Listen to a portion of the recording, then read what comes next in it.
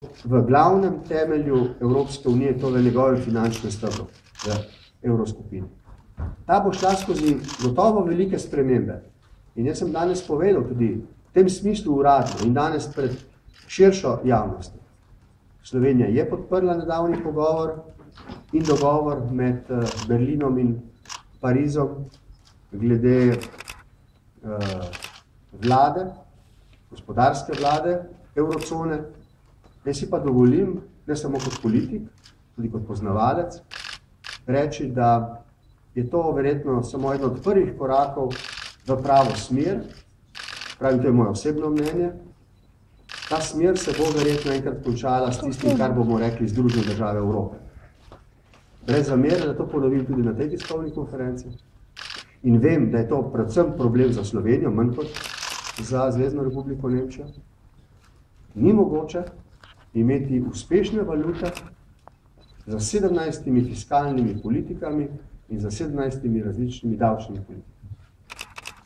Zaenkrat bo verjetno zadostovala, mora, ker politične volje za kakšne velike in velikopotezne korake ta hip verjetno med 17 državami ni, bo zadostovala ta pot, ki sta jo predlagala Angela in Nikola. Ampak na dolgi rok pa se ne bojim reči to, kar osebno mislim.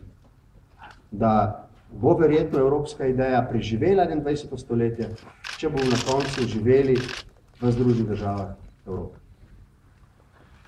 Kar se Slovenije tiče, s tem počasi končujem, mi bomo storili vse, tudi kljub temu, da smo manjšinska vlada, da se bodisi v dogovoru s socialnimi partnerji in opozicijo dogovorimo za izpolnitev vseh zavez iz pakta Euro plus. Gre za to, da se poveča konkurenčnost, javno-finančna vzdržnost in stabilnost javnih financ. Rad bi povedal, da smo se danes pogovarjali ob vprašanjih, ki zadevajo dvostranske odnose in nakazali smer razvijanj teh odnosov tudi z deklaracijo in follow-upom, ki bo temu sledil. Da smo poleg najbolj ekstenzivnega dela pogovorov fokusirali naše razmišljanje na dogajanja v Evroconi in v Evropski uniji in da smo se na koncu posvetili še našemu skupnemu angažmaju na področju Zahodnega Balkana. Jaz sem vesel, da je Brdo proces omenjen tudi v deklaraciji. Brdo proces je edina regionalna institucija, ki poskuša preprečiti tisto, kar se je Sloveniji in Hrvaški zgodilo tik pred finalom pogajanj Hrvaške za Evropsko unijo. In to je, da bi nerešeni bilateralni spori, nakopičena nestrpnost, razdražljivost, nacionalizmi vseh vrst povsod, kakorkoli onemogočili pametne, razumne, kompromisne dogovore, ki peljejo naprej in rešujejo stara in nakopičena vprašanja na Zahodnem Balkanu. To počnemo in mislim, da je nemška podpora glede tega izredno dragocena.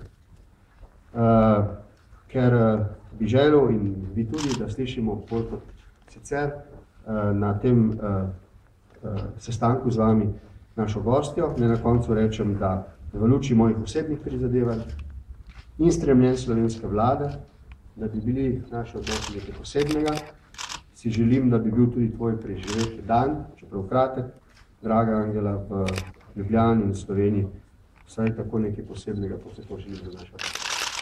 Hvala. Ja, herzlichen Dank, lieber Boruth. Ich möchte mich bedanken für den herzlichen Empfang, die Möglichkeit auch